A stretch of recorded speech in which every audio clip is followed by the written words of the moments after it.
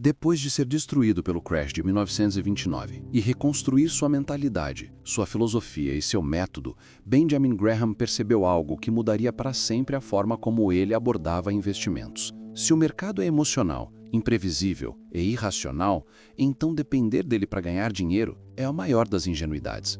Graham precisaria encontrar situações em que o lucro não dependesse de otimismo, de tendência, de subida, de narrativa, de fé coletiva. Ele precisava de um método capaz de gerar resultados independentemente do humor do mercado, seja na euforia, seja na depressão. E foi assim que nasceu um dos pilares mais poderosos de toda a sua filosofia, as Special Situations, ou situações especiais. Para entender o peso dessas operações, imagine a seguinte cena. Enquanto investidores ao redor do país corriam em pânico, vendendo ações, sem saber exatamente o que estavam fazendo, Graham analisava, com calma absoluta, documentos, balanços e transações corporativas que revelavam oportunidades escondidas à vista de todos. Ele descobriu que, mesmo no caos mais profundo, existiam operações tão mal precificadas que era possível ganhar dinheiro quase matematicamente, como se estivesse explorando falhas temporárias na lógica do mercado. E essas falhas aconteciam com mais frequência nos momentos de maior pânico, justamente quando a multidão se recusava a fazer contas. É aqui que Graham se separa do investidor comum. Ele não buscava mais ações boas, ele buscava distorções, imperfeições, erros. Situações onde a empresa valia X, mas o mercado pagava um valor completamente ilógico, seja muito abaixo ou muito acima. É nesse espaço entre lógica e emoção que vive o dinheiro inteligente. O curioso é que quando Graham começou a aplicar essas estratégias, ele ainda vivia o trauma da grande queda. Seu objetivo não era bater o mercado, era sobreviver ao mercado. Era criar um sistema onde investidores comuns pudessem prosperar mesmo quando o mercado estivesse desmoronando. Essa busca pela sobrevivência o levou a estudar mais profundamente fusões, aquisições, liquidações, reorganizações de empresas, trocas de ações, ofertas públicas, conversões de títulos, distorções entre ações preferenciais e ordinárias, eventos corporativos ignorados pela massa e oportunidades que não dependiam de preço, dependiam de fatos. Fatos concretos, verificáveis e independentes de opinião. Foi nesse contexto que Graham desenvolveu as 4 grandes categorias de situações especiais, que usaria pelo resto da vida.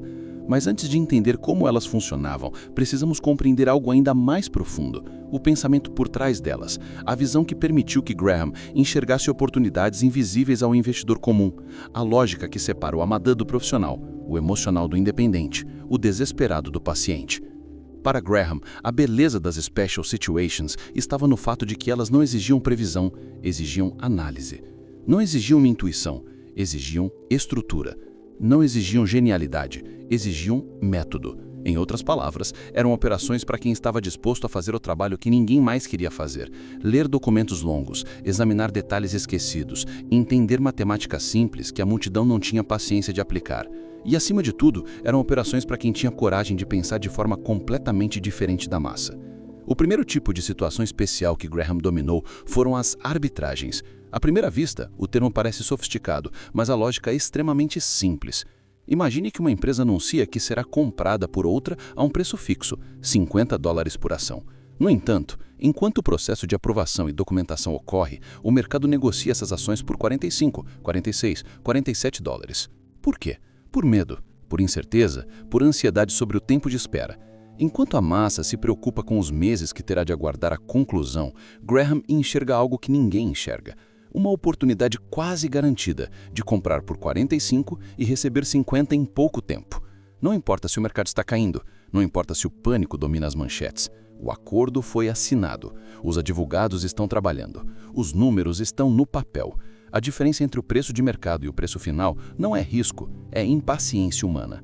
E é exatamente essa impaciência que Graham mitiza.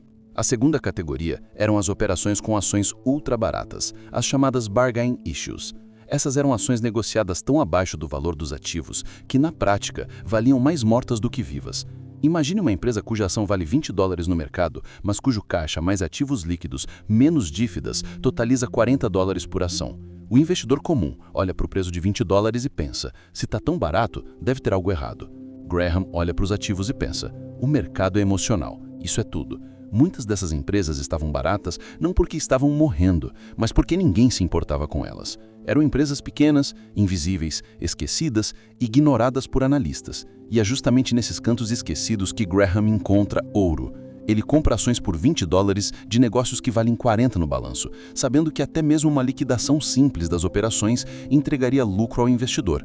Enquanto o investidor comum chorava perdas, Graham lucrava com matemática básica. A terceira categoria foram as liquidações. Esse é um dos capítulos mais interessantes da história de Graham porque envolve uma profunda compreensão sobre estruturas corporativas. Quando uma empresa anuncia que será dissolvida, ela vende os seus ativos e distribui dinheiro aos acionistas. A maioria das pessoas foge desse tipo de operação, imaginando que é confusa, arriscada ou irrelevante. Para Graham, era simples. Se os ativos valiam mais do que o preço da ação, a operação era um presente. Ele comprava barato, esperava o processo de liquidação e recebia um valor superior ao que havia pago, independentemente do que o mercado estivesse fazendo. Enquanto o investidor comum chorava perdas, Graham lucrava com matemática básica. A quarta categoria eram os hedges relacionados. Essas operações exigiam genialidade e calma, a calma que nasce da análise pura. Graham comparava diferentes classes de ações da mesma empresa para identificar distorções. Era comum encontrar, por exemplo, ações preferenciais valendo menos do que deveriam considerando o direito de conversão para ações ordinárias. Quando detectava essas distorções, montava posições onde ganhava dinheiro tanto na alta quanto na queda, corrigindo o desequilíbrio entre esses preços. O mercado, mais uma vez, se comportava como Mr. Market, um personagem emocional que oferecia oportunidades absurdas, apenas porque estava de mau humor. Mas o verdadeiro segredo de Graham não estava apenas em identificar essas oportunidades, estava em como ele aplicava. Graham não tratava Special Situations como apostas, ele as tratava como operações com risco baixo e retorno previsível, desde que fossem analisadas com cuidado extremo. Esse cuidado extremo se traduzia em algo que poucos investidores tinham: paciência. Ele sabia que algumas dessas operações levariam meses para se concretizar, outras levariam anos. Ele não precisava de pressa, ele não precisava de adrenalina, ele só precisava de matemática, de racionalidade. E é justamente isso que faz delas algo tão valioso. Elas transformam crises em lucros. Enquanto todos vendiam desesperados em 1930, 1931, 1932, Graham colocava prazos, calculava retornos, estimava valores residuais e comprava ativos que estavam mais baratos do que o dinheiro em caixa que possuíam. Eram operações que pareciam quase antiéticas à lógica emocional. Como poderia alguém ganhar dinheiro no mundo em queda livre? A resposta é simples, porque a queda livre expõe erros grotescos de precificação. A irracionalidade da massa cria oportunidades que o investidor paciente transforma em lucro consistente. Existe ainda um elemento psicológico fundamental por trás de todas as situações especiais. Elas exigem que o investidor fique confortável com a ideia de parecer estranho. Graham frequentemente comprava empresas tão baratas, tão esquecidas, tão desprezadas, que se os colegas perguntavam: "Por que você está investindo nisso?", ele respondia com uma tranquilidade que só a certeza racional poderia sustentar: "Porque vale mais do que isso."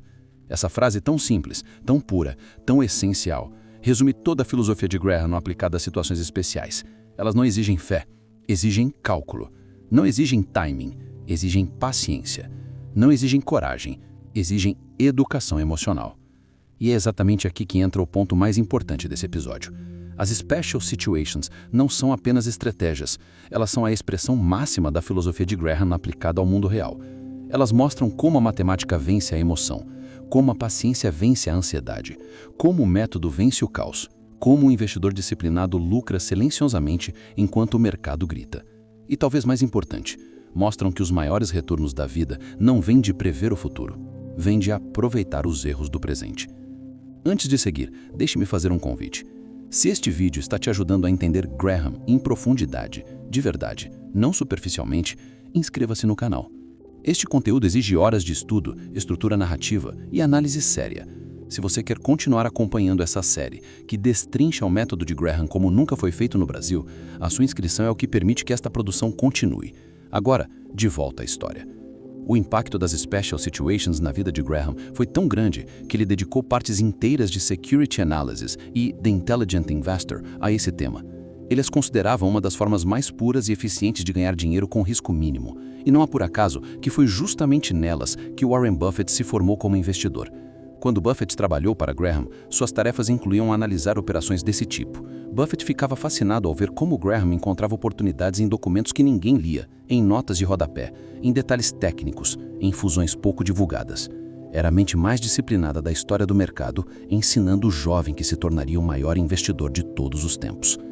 Tudo isso nos leva a uma conclusão fundamental. As special situations não são apenas técnicas. Elas são a prova viva de que a racionalidade funciona, mesmo num mundo movido por emoção. Elas são o laboratório onde a filosofia de Graham se torna prática. Elas são a ponte entre a teoria e o lucro real. Elas são o caminho pelo qual o investidor disciplinado é capaz de prosperar em períodos de crise, volatilidade e irracionalidade. No próximo vídeo, vamos aprofundar um dos momentos mais importantes da carreira de Graham, a sua aposta gigantesca na Geico, a operação que multiplicou seu capital e provou que mesmo alguém traumatizado pelo crash ainda podia fazer movimentos ousados quando a lógica e os números apontavam para uma oportunidade extraordinária. A Geico não foi apenas um investimento. Foi o momento em que Graham mostrou ao mundo que disciplina não é sinônimo de covardia.